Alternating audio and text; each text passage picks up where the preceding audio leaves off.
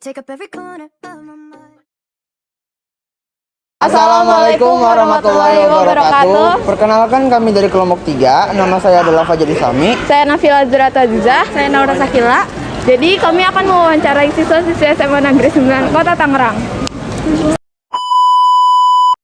Assalamualaikum warahmatullahi wabarakatuh. Perkenalkan nama saya Fajar Islami dari kelompok 3. Di sini saya akan menanyakan kepada Kak Farhan tentang pertanyaan-pertanyaan soal sejarah yang telah kelompok kami buat. Yang pertama, apa aja sih faktor terbentuknya kepulauan di Indonesia? Nah, faktor terbentuknya dari kepulauan Indonesia nih, ada yang pertama, yaitu ada tenaga endogen, terus ada tenaga endogen, terus juga ada perubahan iklim Indonesia, dan juga letusan gunung berapi. Nah, ya, baik. Yang kedua itu apa sih akibat dari aktivitas tektonik?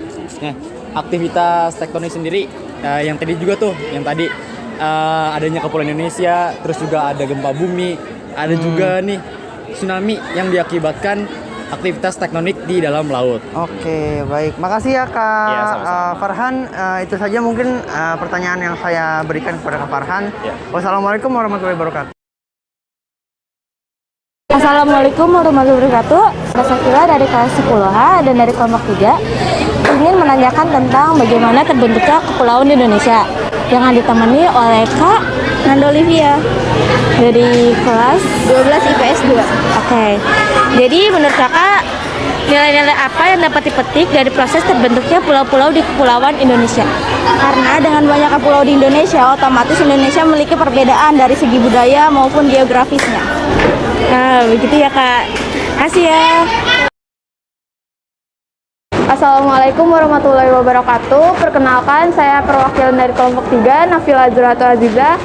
Dan di sebelah saya ada Kak Nafila Fatin dari kelas 11 MIPA 2. Oke Kak, jadi pertanyaan yang pertama, bagaimana terbentuknya kepulauan Indonesia bila dikaitkan dengan evolusi bumi? Evolusi itu kan artinya yang kita ketahui adalah perubahan suatu bentuk aspek kehidupan kan. Nah, itu tuh terjadi juga di evolusi bumi juga. Dan sebelum terbentuk bumi yang sekarang, nggak langsung terbentuk seperti ini.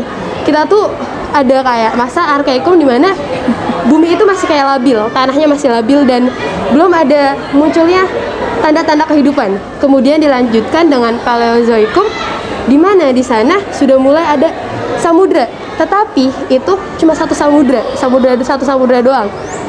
Satu bumi diselimuti oleh satu samudra. Kemudian dilanjutkan dengan masa Mesozoikum ya. Mesozoikum di mana itu mulai ada tanda-tanda kehidupan dan aktivitas tektonik yang mulai aktif. Dan akhirnya samudra yang awalnya satu itu terpecah belah menjadi berbagai pulau yang kita ketahui di Indonesia seperti Pulau Jawa, Pulau Sumatera, Pulau Sulawesi, Pulau Kalimantan, kemudian Pulau Papua. Dan akhirnya terbentuklah negara kita yang sekarang kita tempati ini, yaitu negara Indonesia. Oke, lanjut ke pertanyaan yang kedua. Pada masa Paleozoikum atau masa kehidupan tertua, keadaan geografis kepulauan Indonesia belum terbentuk seperti sekarang ini. Tolong dong Kak jelasin seperti apa kondisi kepulauan Indonesia pada masa proses evolusi bumi masa Paleozoikum. Pada masa Paleozoikum kan itu Indonesia. Bukan maksud saya bumi itu masih berada di evolusi di mana bumi itu terselimut satu samudra doang. Jadi ya benar di situ yang dibilang dari soalnya bahwa Indonesia belum terbentuk dan juga belum ada kehidupan. Mungkin begitu sih. Oke Kak Nafila, terima kasih. Wassalamualaikum warahmatullahi wabarakatuh. Assalamualaikum warahmatullahi wabarakatuh. Perkenalkan, nama saya Fajar Islami dan ini adalah rekan saya. Tolong persilakan perkenalkan nama. Nama saya Amor Nada Andriko dari kelas 11 IPS 2. Baik, oke. Kak, tolong jelaskan seperti apa sih kondisi alam kepulauan Indonesia dan seperti apa jika dilihat unsur-unsur geologi atau unsur-unsur geodinamika yang sangat berperan dalam pembentukan kepulauan di Indonesia.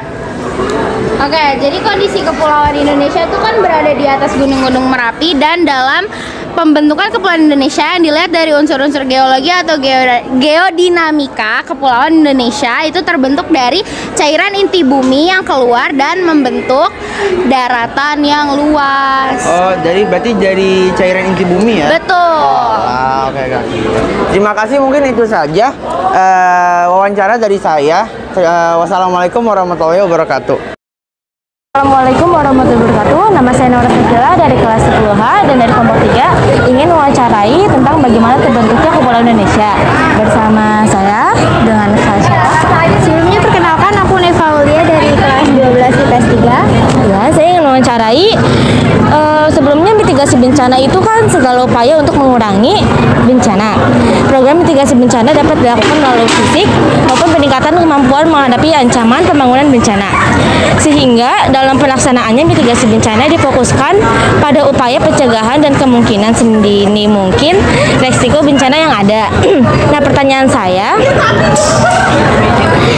upaya mitigasi seperti apa yang dapat dilakukan untuk bencana alam sih, Kak? Oke, yang pertama nih ada membuat peta wilayah rawan bencana. Jadi di beberapa wilayah yang rawan bencana itu pemerintah atau lembaga setempat bisa nih buat peta rawan bencana. Jadi orang-orang yang datang ke wilayah tersebut tahu kalau misalnya daerah ini tuh termasuk yang rawan bencana, misalnya kayak longsor, banjir, ataupun misalnya gempa bumi. Nah, terus yang kedua ada pembangunan tahan gempa. Nah, bangunan ini juga penting nih kalau buat wilayah yang sering terjadi gempa. Kenapa sih kok bisa harus buat bangunan yang tahan gempa? Karena satu ya, bisa mengurangi korban jiwa jika terjadi gempa. Karena mungkin kan beberapa bagian atau pembangunan infrastruktur di wilayah-wilayah yang rawan gempa ini kadang kurang ya. Jadi terjadi gempa yang skalanya kecil aja bisa runtuh nih. Nah, terus ada penanaman pohon bakau. Nah, tentu ya pohon bakau tahu kan fungsinya untuk apa. Terus juga ada penghijauan hutan, bisa memberikan penyuluhan dan meningkatkan kesadaran masyarakat yang tinggal di wilayah rawan bencana. Nah, ini juga penting banget kalau buat aku, edukasi buat masyarakat kita itu agak kurang. Jadi masyarakat kurang aware gitu banget dengan bencana yang terjadi di lingkungan wilayah sekitarnya. Oh, jadi harus lebih aware lagi ya, Kak? Oh, begitu. Baik, terima kasih ya, Kak. Ya, berikut begitu saja. Sekian dari saya. Terima kasih. Wassalamualaikum warahmatullahi wabarakatuh.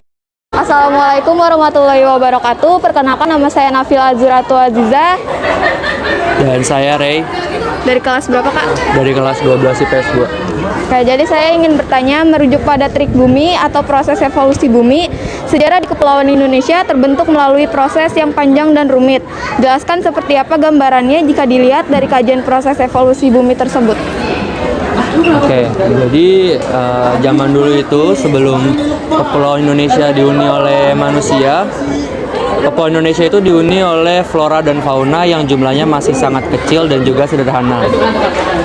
Lalu Kepulauan Indonesia ini kondisi alamnya dan kondisi geografisnya ini mengalami evolusi yang berkepanjangan, mengalami evolusi terus menerus. Nah, ini yang apa tadi pertanyaannya, merupakan proses yang panjang dalam membentuk Kepulauan Indonesia. Ketika alamnya sudah berevolusi terus menerus, maka kehidupan flora dan fauna juga berkembang, dan juga kenapa di Pulau Indonesia itu bisa ada manusia, karena Kepulauan Indonesia ini dia lokasinya ini strategis ya, diapit oleh dua samudra Hindia dan samudra Pasifik kalau nggak salah, diapit juga oleh dua benua Asia dan benua Australia. Inilah alasannya kenapa Indonesia itu bisa ada manusianya dan kenapa prosesnya panjang, karena proses evolusi alamnya panjang sehingga bisa ditinggali oleh manusia. Oke, terima kasih Kak Boni. Sekian wawancara dari saya. Wassalamualaikum warahmatullahi wabarakatuh. Sekian wawancara dari kami. Wassalamualaikum warahmatullahi wabarakatuh.